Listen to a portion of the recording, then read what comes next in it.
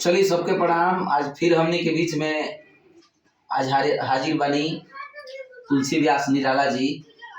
अब तुलसी भाई और सब का हाल बा? सब ठीक बा। अब कहता नहीं बराबर तो पहिलका वीडियो दूसरा का वीडियो बड़ा वायरल हो गए। अब बहुत लोग कमेंट कैले बा, बहुत लोग वीडियो के प्यार दुलार आशीर्वाद दिले बा, तो सब लोग के का कहे? देखें, जे दूसरा के प्यार देवेला ओकरो प्यार मिलेला। अगर हो सकेला जो हमहू अगर अपना श्रोता के अपना जनता जनार्दन के प्यार दिले बानी तबे हमार वीडियो ही जौन बा लोग सुनेला जे तुलसी भाई का कहले बारे। बहुत बहुत प्यार दुलार आशीर्वाद और वीडियो हर जिला में पहुंच गई बा। औरंगाबाद, वैशाली, मोतिहारी, गाजियाबाद, फैजाबाद, बलिया, आरा, बक्सर, औरंगाबाद, जहानाबाद, अरवल, पलामू, झारखंड, डाल्टेनगंज, पुणे, आसनसोल, कोलकाता, सब जगह के लोग बा, कई देश के लोग बा पेज पर। सब लोग वीडियो देख ले बा, सब लोग के क्या कहें, शेयर भी कैले बा बहुत लोग। सब लोग हम अपना ताहे दिल से सब भोजपुरिया भाई लोग के हाथ जोड़ के एक बार ना 100 बार नमन करम। आ यह कहब जे चैनल के रउरा लोग सब्सक्राइब जरूर करम, पेज के फॉलो करी आ अपन आशीर्वाद जरूर देम। तो ये आज के वीडियो तनी एगो भजन से शुरुआत करी रहुआ। भजन से शुरू हो। हाँ,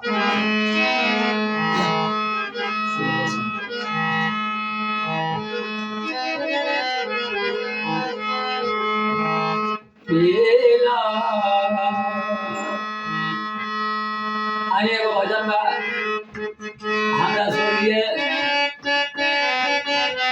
भिखारी ठाकुर जी के, जेकरा के भोजपुरी के शास्त्रीय कहल गई बा। तो आई वो भिखारी चाचा के ही एगो भजन बा,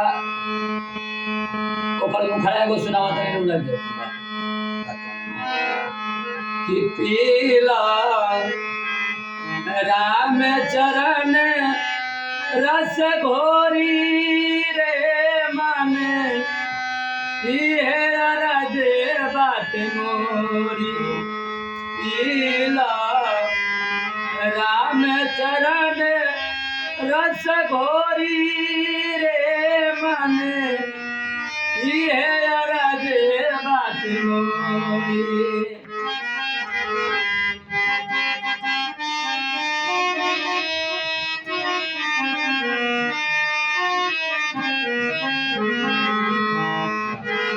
दाया धर्म कुछहु ना कैला लिहल पाप बटोरी। दाया धर्म कुछहु ना कैला लिहल पाप बटोरी।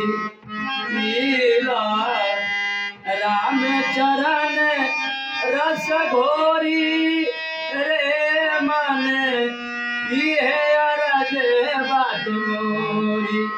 पीला राम चरण रस घोरी रे मन ये अरज बात मोरी। भाई गाना बहुत सुंदर बा, भिखारी ठाकुर के रचना है। अच्छा, यदि पूर्वी निर्गुण केकर गीत रहुआ गावे नहीं? पूर्वी महेंद्र बाबा के भी गाइल है, भिखारी चाचा के भी बा, चंद्रेश्वर भारती जी वाला पुछरी बाजार वहाँ के बहुत गीत हम गाइल है। सलंदर दुबे, खैरा बहादुर दिगवा दिबौली और सलंदर बाबा के भी बहुत ऐसा रचना बा निर्गुण में पूर्वी में हम गाइल है। हाकिम सुमन जी, करण कुदरिया, हमारे संजय स्नेही जी, गजेंद्र ओझा जी, महेश परदेसी जी, ये तमाम कुछ राइटर वालों संग में हमार मोहन मास्टर जी बानी बरवा घाट से, वहाँ के पूर्वी ठाट के गाना लिखे ले, वहाँ के गाना हम गाई। अच्छा, आज के दौर में जो अश्लीलता के दौर हो गई बा, निमन गीत के फेर में क्यों नहीं कि सब लोग अश्लील गा के ज्यादा नेम फेम बनावे के फेर में आ जल्दी हिट होके के फेर में लोग ज्यादा अश्लील गा रहल बा। एकर ए पर का विचार बा, तनी कुछ कही? ए पर हमनी के का विचार होई? जैसे कि निमन गावे वाला बाबू कबो निमने गाई, ओकरा से बाउर हो नहीं खे सकत। लेकिन कुछ कलाकार बारे जे मेहनत उ करते नहीं खे, यही में चाहता रहे आ उ चाहत रहे जे हम 5 दिन के अंदर में एक्टर बन जाई, बहुत बढ़िया गायक बन जाई। तो 5 दिन में एक्टर आ कलाकार लोग कैसे बन जाई? एगो व्यास बने खातिर कम से कम 5 साल गुरु के हारमोनिया ढोलक झाल ढोवे के पड़ी, आ उनका संगे मेहनत करे के पड़ी, तबे जाके केहू बढ़िया गायक बन सकता आ बढ़िया व्यास बन सकता। अच्छा, ए घड़ी के नया नया जौन गायक बाड़े, ए घड़ी निमन गीत नहीं खन गावत। अगर बढ़िया गायक बने के बाद नया गायक ढेर लड़का बाड़े नया नया गावत रहे, आ उनका एथी नहीं के मतलब जगह नहीं के मिल पावत, प्लेटफॉर्म नहीं के मिल पावत, बढ़िया जगह बढ़िया गाइडेंस नहीं के मिल पावत, तो वो लोग के का कहम उड़ा?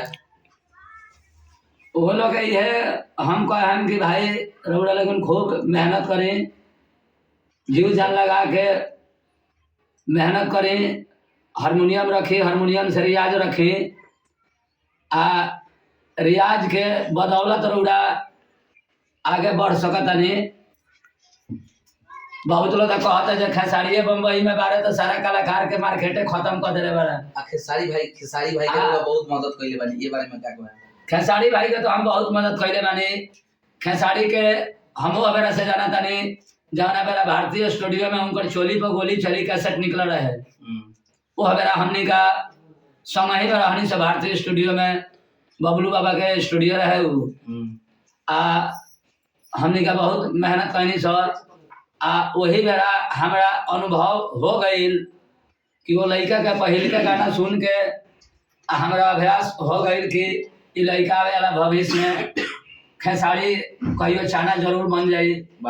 तो सही में खेसारी मेहनत कैले, हमनी के जो दिल्ली से लेके पंजाब तक हमनी के संगे प्रोग्राम कैले, आ खेसारी अपना मेहनत के दम पर आ कुछ हमारे राइटर भाई लोग बा जैसे महेश परदेसी जी बानी, संजय सनेही जी बानी, ये कुछ राइटर लोग बा, राइटर लोग के खेसारी का ऊपर अहम रोल रहे।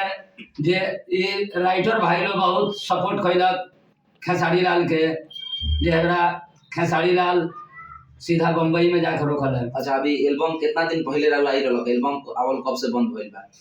एल्बम तो हम 7-8 साल से नहीं थे कोनो एल्बम करत, लेकिन एल्बम हम 2002 में, 3 में, 5 में वो सब में हम एल्बम कैले बानी। अभी तो 10-12 साल से हम दिल्ली में जाते नहीं कि खाली है स्टेज शो प्रोग्राम अपन आदमी करता, कैसेट का फेर में आदमी नहीं थे। अच्छा, अब बहुत लोग मीडिया वाला पहुंचता आप लोग लगे, मीडिया वाला के कामे बा पहुंचल, तो मीडिया वाला पहुंची लो तो सवाल जवाब न पूछी लो, लातो के लोग के हैरान कर देता लोग मीडिया ला के। ना मीडिया वाला का हैरान करी लो हमरा के, हम तो खुद मीडिया वाला से हैरान होकर भागल फिरी जा सर जे कुछ धो के पूछस मत। अच्छा, होली में आपकी एल्बम आवत है कि ना? होली में एल्बम हमारा आई, होली में नीलम से एगो एल्बम हम गौले रहनी, जेमे राधे श्याम रसिया बानी। एल्बम के नाम का रहे? वो एल्बम के नाम रहे होली में थूकला के हूँ। के रहे उसमें? सत्येंद्र दूरदर्शी जी, राधे श्याम रसिया, ध्रुव जी प्रेमी, मुन्ना शर्मा, जगजीतन लहरी, जनक रंग रसिया, सुखलाल आंधी, ये इतना आदमी हमने का मिल के आई एगो एल्बम।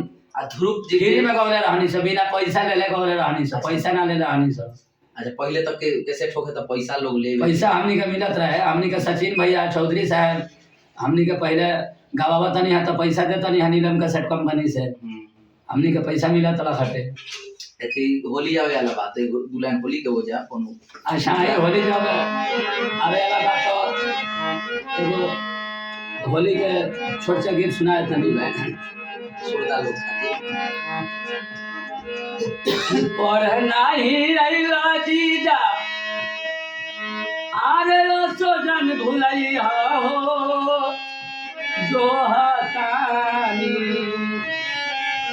आई देखी ये हाथी होली ना हो, छपरा ही होली ना हो, ई होली लहदारी होली है।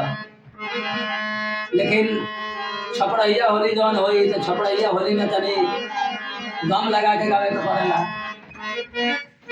ये होली जौन बा ये जीजा साली के ये होली है। साली फोन कैले बारी जीजा जी का लगे आ कह तरीके से कि पढ़े नहीं अइला जीजा अरे सोजन भुलई हो जातानी। तो सुत के अरे खटिया पर सितानी हो जातानी। दीदी के लगा के जीजा तबे जाई पूरा दिन सारा रात सनही बिताई। रखले बानी रंग हम तो ले ले यह पानी हो जातानी। तो सुत के खटिया पर सितानी हो जातानी। ये होली लेदारी होली रख आ तनी ए पेज पर आ चाहे चैनल पर तनी प्योर लोग तनी ज्यादा खोजेला, प्योर खांटी तनी एगो प्योर छपरिया होली हो जाए।